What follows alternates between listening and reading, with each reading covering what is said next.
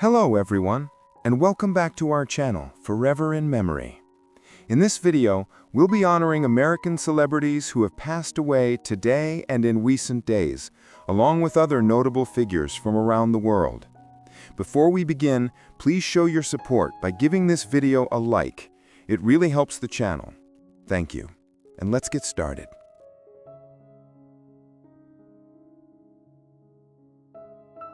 Claire Celsey, who passed away at the age of 59, was an American politician and devoted public servant whose life reflected integrity, empathy, and a tireless commitment to her community. A member of the Iowa Senate since 2019, she became known for her sharp intellect, straightforward honesty, and passionate defense of education, environmental responsibility, and social equality. Born in Des Moines, Iowa in 1966, she began her professional path in communications, mastering the art of listening and understanding people, skills that later became the foundation of her political work. Throughout her career, Claire believed deeply in the idea that public service was not about power, but about giving voice to those unheard. She championed local education, fought for access to quality health care, and stood firmly for transparency in government decisions. Her colleagues admired her for her courage to speak truthfully, even when it was difficult, and for her unwavering optimism in the face of political pressure. In every project and initiative, she carried the belief that progress begins with compassion and collaboration. Claire Celsey's legacy lives on through the countless people she inspired, teachers, activists, and young leaders who saw in her a reminder that one person's dedication can truly make a difference.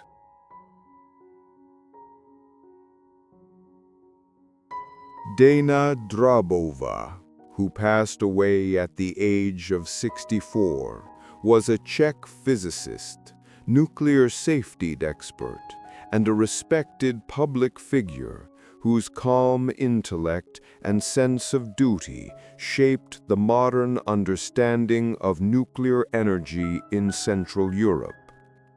Born in 1961 in Prague, she devoted her life to science and public safety, becoming one of the most trusted voices in her field. As the long-serving chairwoman of the State Office for Nuclear Safety, Drabova guided the Czech Republic through decades of technological progress, always emphasizing responsibility, precision, and the protection of people and the environment. Her clear, measured communication style earned her the nickname the First Lady of the Atom, as she became not only a scientist, but also an educator who could make complex issues understandable to everyone.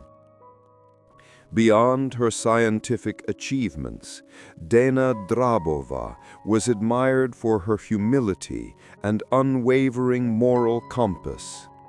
She entered public service with the same discipline she brought to her laboratory work, methodical, patient, and rooted in truth.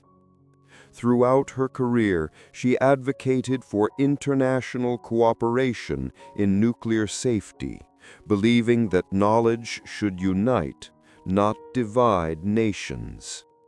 Her legacy remains one of brilliance and trust. To those who worked with her, she was more than an expert.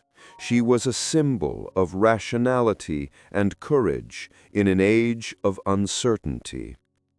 Dana Drabova's voice, always calm and full of wisdom, will continue to echo in the scientific community she helped shape. John Woodvine, who passed away at the age of 96, was an English actor of remarkable depth and presence, remembered for his commanding voice and dignified performances on stage and screen. Born in South Shields in 1929, he trained at the Royal Academy of Dramatic Art and soon became one of Britain's most respected character actors.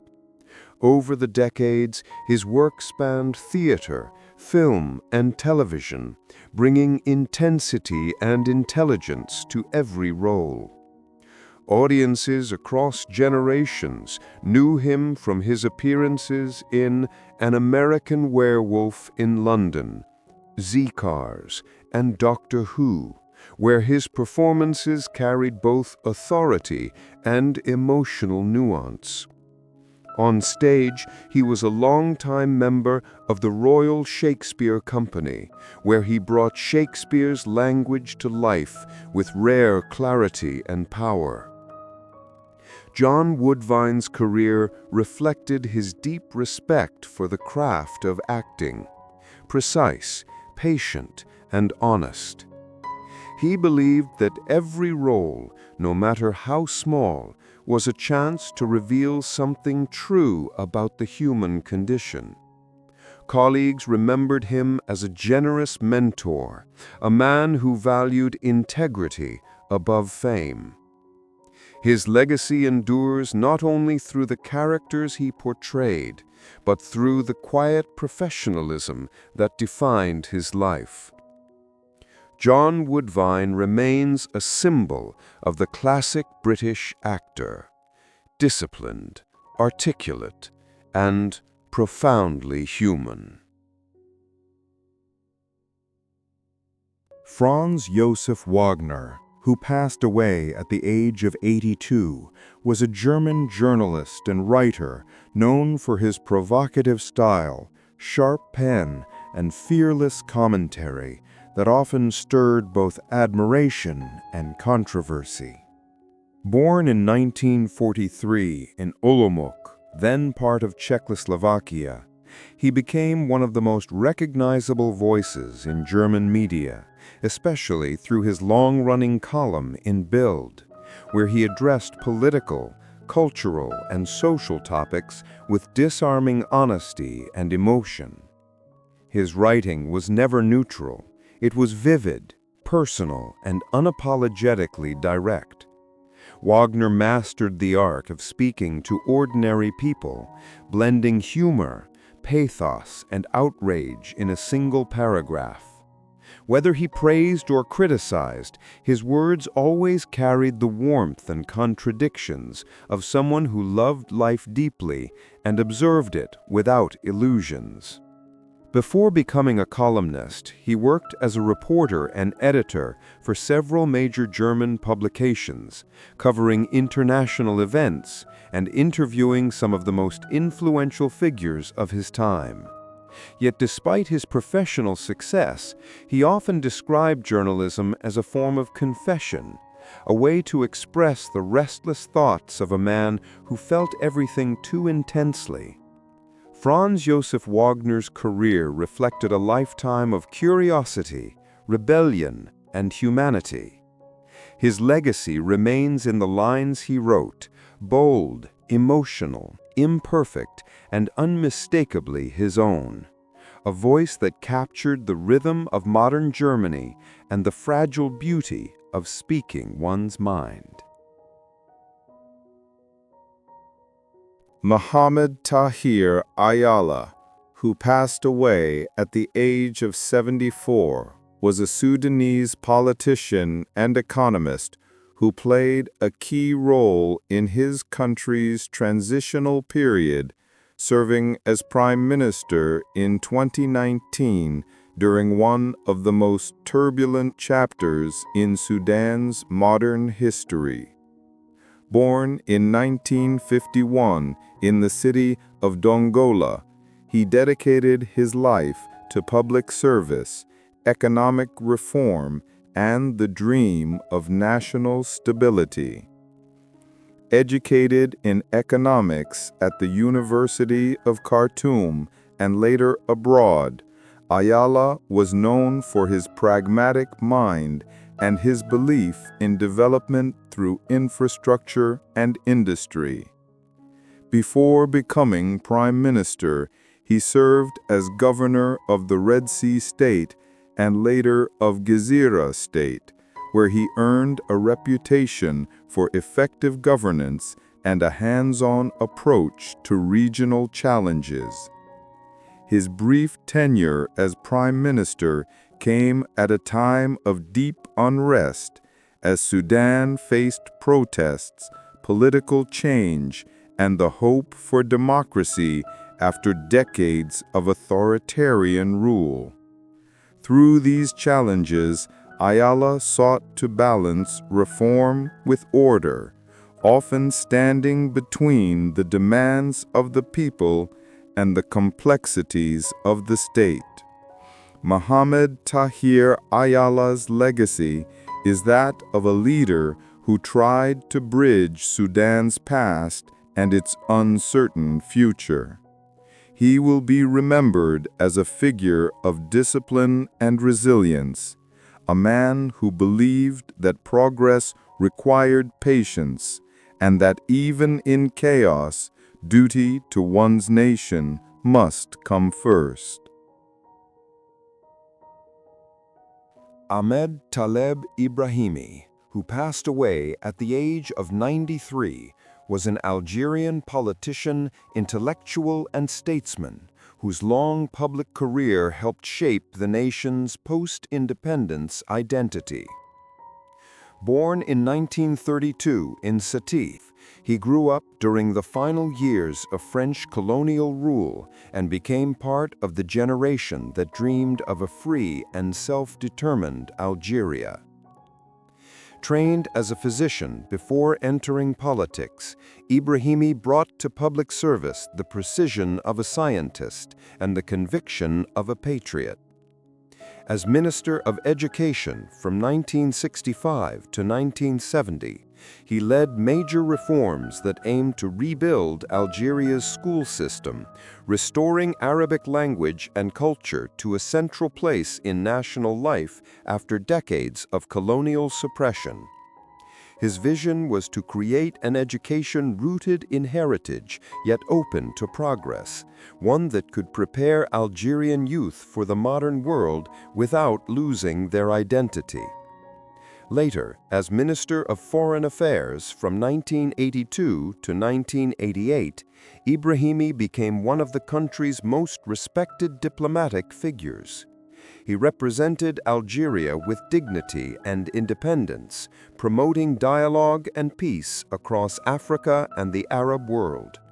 His speeches were known for their balance of intellect and moral conviction, reflecting a belief that diplomacy should serve not power, but justice and understanding among nations. Even after leaving government, Ahmed Taleb Ibrahimi remained a moral voice in Algerian public life. Through his writings and lectures, he continued to advocate for cultural renewal, unity, and moderation in times of division. His legacy endures in the generation of students, thinkers, and diplomats he inspired, a testament to a life devoted to learning, integrity, and the enduring idea of an Algeria guided by wisdom and dignity. Ronnie Coleman was born on May 13, 1964, in Monroe, Louisiana, a small town surrounded by endless fields, humid air, and the quiet rhythm of Southern life.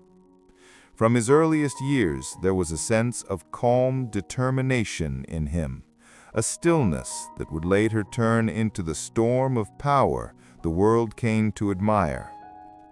He grew up in a modest family, where values of hard work and faith were not just spoken but lived every single day. His mother, Jessie Benton, worked tirelessly to raise her children, and young Ronnie learned early that strength had many faces, Sometimes it was the strength to lift weights, and sometimes it was the strength to keep moving forward when life tested you. At school, he showed a natural gift for sports. Football became his first love, not for glory, but for the discipline it demanded. His teammates often said he was quiet but relentless, never backing down, always pushing harder. When he entered Grambling State University, he joined the football team and played as a middle linebacker, carrying with him that same intensity. There, he learned what it meant to lead, to endure, and to sacrifice. In 1986, he graduated with a degree in accounting, stepping into adulthood with no idea that his life was about to take a completely different turn. After finishing college, he moved to Texas in search of work and stability. Life wasn't easy. Despite his education, jobs were scarce, and Ronnie soon found himself working as a police officer in Arlington, Texas. It was an honest job, full of long nights and unpredictable days, but it was there, among his colleagues and daily patrols, that destiny quietly walked into his life. One day, a fellow officer noticed Ronnie's natural build and invited him to a local gym, Metroflex Gym, a place that would change everything.